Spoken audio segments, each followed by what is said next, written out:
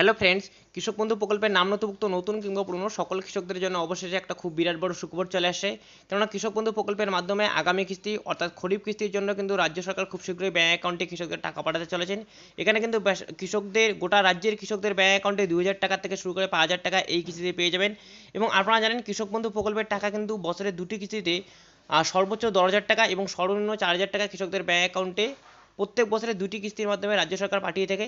তো কিছুদিন আগেই কিন্তু রবি কিস্তি মানে শীতকালীন শস্যের চাষাবাদের জন্য রাজ্য সরকার কৃষকদের ব্যাঙ্ক অ্যাকাউন্টে একটা কিস্তির টাকা পাঠিয়েছিলেন।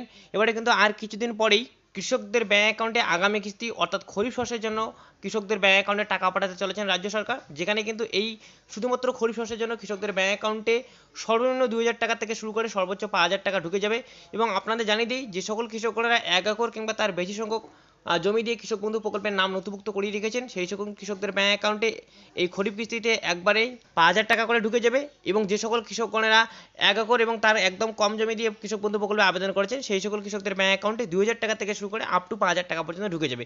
এবার কথা হচ্ছে বন্ধুরা, তাহলে এই কৃষক বন্ধু প্রকল্পের টাকা আগামী যে লোকসভা ভোট হতে চলেছে আর কিছুদিনের মধ্যেই, সেই লোকসভা ভোটের আগে টাকা ঢুকবে নাকি পরে টাকা ঢুকবে তার লাইভ প্রমাণ সহকারে আজকের এই ভিডিওতে আপনাদের বিস্তারিত দেখিয়ে দিব। তাই অবশ্যই ভিডিওটি কন্টিনিউ করেন এবং যারা এখনো পর্যন্ত এই চ্যানেলটিকে সাবস্ক্রাইব করেননি অবশ্যই চ্যানেলটিকে সাবস্ক্রাইব করে পাশে থাকবেন। তো এই যে বন্ধুরা, অনস্ক্রিনে আপনারা লাইভ দেখতে পাচ্ছেন, বর্তমানে আমরা কিন্তু কৃষক বন্ধু প্রকল্পের যে অফিসিয়াল ওয়েবসাইট রয়েছে সেই অফিসিয়াল ওয়েবসাইটের মধ্যে একদম হোম পেজে রয়েছে বন্ধুরা।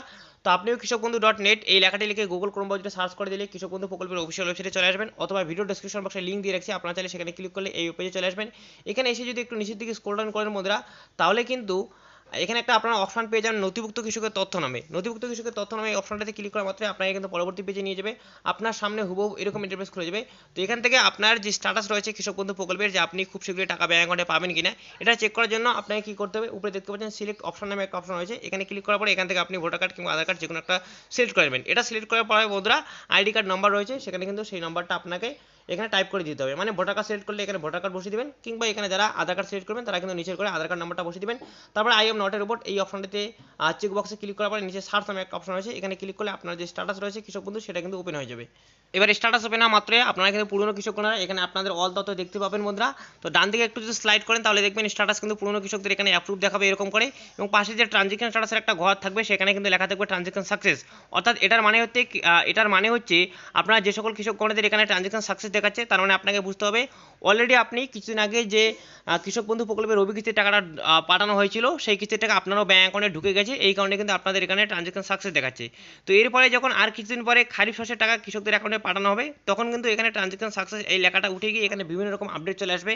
যেমন সর্বপ্রথম এই ট্রানজেকশন সাকসেস এই লেখাটা উঠে গিয়ে কিন্তু ট্রানজেকশন ঘরটা পুরোপুরি খালি হয়ে যাবে।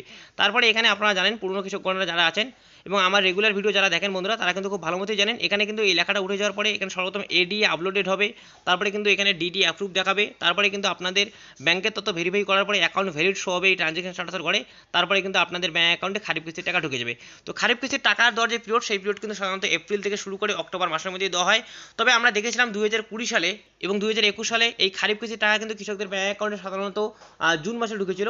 তবে আমরা গত বছরে অর্থাৎ 2023 সালে যারা দেখতে পেয়েছিলেন বন্ধুরা, 2023 সালে কিন্তু খারিফ কিস্তির টাকা সাধারণত বন্ধুরা এপ্রিল মাসে ঢুকেছিল। আপনারা জানেন 2023 সালে কিন্তু পঞ্চায়েতি ভোট ছিল, এই কারণে কিন্তু ভোটের জন্য আপনাদের তথা কৃষকদের ব্যাঙ্ক অ্যাকাউন্টে কিন্তু এই খারিফ কিস্তির টাকাটা কিন্তু এপ্রিল মাসেই পাঠানো হয়েছিল। এবং এই বিষয়ে আপনাদের আরও তথ্য জানাতে চাই বন্ধুরা, দেখুন কৃষক বন্ধু প্রকল্পের অফিসিয়াল ওয়েবসাইটে আসলেই কিন্তু দেখুন এখানে একটা কৃষক বন্ধু সম্পর্কিত অপশন রয়েছে, এখানে ক্লিক করলেই কিন্তু আপনারা কৃষক বন্ধু প্রকল্পের যে কত নম্বর কিস্তির টাকা কত তারিখ থেকে পাঠানো হয়, মানে কোন কোন মাসে সেই টাকাগুলো ট্রান্সফার করা হয়, সেটা কিন্তু একদম আপনাদের এখানে একদম অল তথ্য দেওয়া রয়েছে কৃষক বন্ধু প্রকল্পের অফিসিয়াল ওয়েবসাইটে। দেখতে পাচ্ছেন বছরে কিন্তু 4,000 টাকা থেকে শুরু করে ম্যাক্সিমাম 10,000 টাকা কৃষকদের ব্যাঙ্ক অ্যাকাউন্টে ঢুকে যায়, এবং এই টাকাগুলো কিন্তু বছরে দুটি কিস্তিতে কৃষকদের ব্যাঙ্ক অ্যাকাউন্টে ঢুকে যায় বন্ধুরা।